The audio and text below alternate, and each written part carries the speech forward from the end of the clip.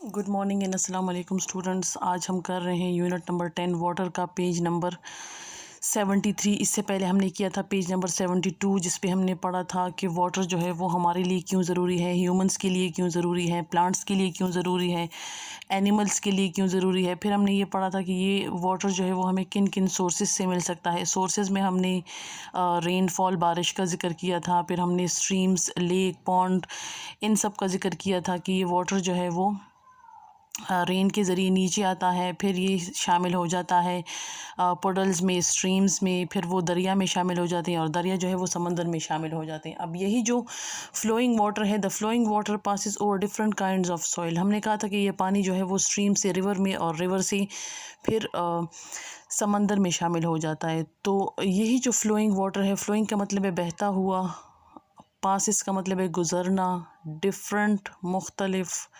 Kinds अक़साम, soil मट्टी। यही जो बहता हुआ पानी है ये मुख्तलिफ़ किस्म के सॉइल से गुज़रता है, मट्टी से गुज़रता है। It carries the salt from the soil to the sea. और ये अपने साथ साथ जो है वो ज़मीन के ऊपर जो मट्टी है उसमें कुछ सॉल्ट्स भी होते हैं, तो ये उन सॉल्ट्स को अपने साथ बहा के ले जाता है। This is why the water in the sea is salty. इसीलिए समंदर का पानी जो है वो सॉल्टी होता है, क्योंकि कुछ सॉल्ट वो स्ट्रीम से लेकर आता है, कुछ वो रिवर से लेकर आता है, जो स्ट्रीम के अंदर मट्टी है उसमें से, फिर कुछ रिवर से लेकर आता है। तो ये वाले वाटर जो है ये फ़्रेश वाटर है, इनमें सॉल्ट नहीं होता। और वो सारा सॉल्ट कहाँ चला जाता है, क्योंकि सारा पानी समंदर में चला जाता है, इसलिए समंदर के पानी को हम कहते हैं सॉल्टी। सॉल्टी का मतलब है खारा पानी जिसमें सॉल्ट होता है, जिसका जायका भी नमकीन होता है। स्ट्रीम का मतलब है नदी, रिवर का मतलब है दरिया, एंड समंदर, सी का मतलब है समंदर। तो ये सारा पानी जो है ये जमा हो जाता है सी में, और इसीलिए सी वाटर जो है वो सॉल्टी होता है। Rain water also enter the ground, so we dig wells to get ground waters. जो बारिश का पानी है कुछ ऐसा होता है जो ज़मीन के अंदर चला जाता है, फिर उस पानी को निकालने के लिए हम कुआँ खोदते हैं। डिग का मतलब है खोदना, वेल्स का मतलब है कुआँ, ग्राउंड वाटर ज़मीन के अंदर जो पानी है। ठीक है, तो ज़मीन के अंदर से पानी निकालने के लिए एक तरीका है, पुराने ज़माने में जो ज़्यादातर यूज़ होता था वो है कुआँ खोदना, जिसमें बिजली की ज़रूरत नहीं होती। नेक्स्ट जो है वो underground water can be brought to the surface with a pump. कुछ जगह ऐसी होती है जहाँ पे हैंड पंप लगा होता है।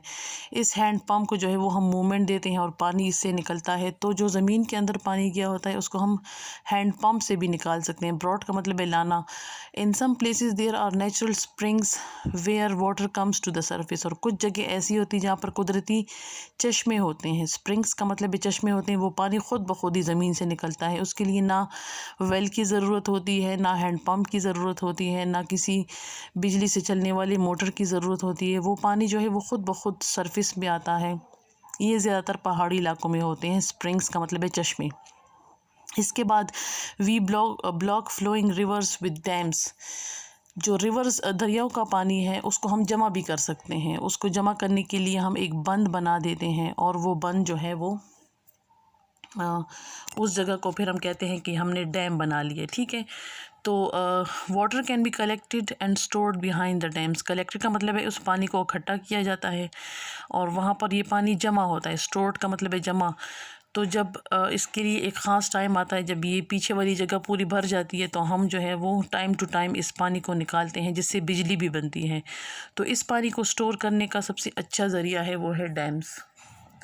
इसके बाद नेक्स्ट जो है we build canals to take water from one place to another. पानी को एक जगह से दूसरी जगह ले जाने के लिए हम कैनाल्स का मतलब है नहरें भी बना लेते हैं, जो इस पानी को जो है वो मुख्तलिफ़ जगहों में तकसीम करती है जहाँ पर इसकी ज़्यादा ज़रूरत होती है। ठीक है, तो ये तो था हमारा सारा पेज नंबर 73, जिसमें हमने पढ़ा था कि ये जो फ्लोइंग वाटर है ये कहाँ कहाँ से गुज़रता है, समंदर में जमा होता है, फिर जो पानी बारिश के ज़रिए ज़मीन के अंदर चला जाता है उसको हम वेल्स के ज़रिए और हैंड पंप के ज़रिए निकालते हैं। कुछ जगह ऐसी होती हैं जहाँ पर ये पानी ख़ुद ब खुद निकलता है, जिसको हम कहते हैं स्प्रिंग्स। इस पानी को हम एक जगह पे जमा भी कर सकते हैं, उस जगह को हम कहते हैं डैम्स। और इन डैम्स से हमें जो है वो एक तो पानी मिल जाता है, जमा हम कर लेते हैं, तो जब ज़रूरत होती है वो पानी इस्तेमाल कर सकते हैं फसलों को पानी देने के लिए, और दूसरा जो है वो इससे बिजली भी बनती है। लास्ट जो है वो हमने पढ़ा कि हम कैनाल्स भी बना सकते हैं, और ये कैनाल जो है जिन जगहों पर बारिश का पानी या बारिशें कम होती हैं तो वहाँ पर ये फसलों को पानी देने के लिए काम आती हैं। तो ये तो था हमारा पेज नंबर 73 यूनिट 10 वाटर का। इसके बाद हम नेक्स्ट पेज पढ़ेंगे 74। Thanks for watching.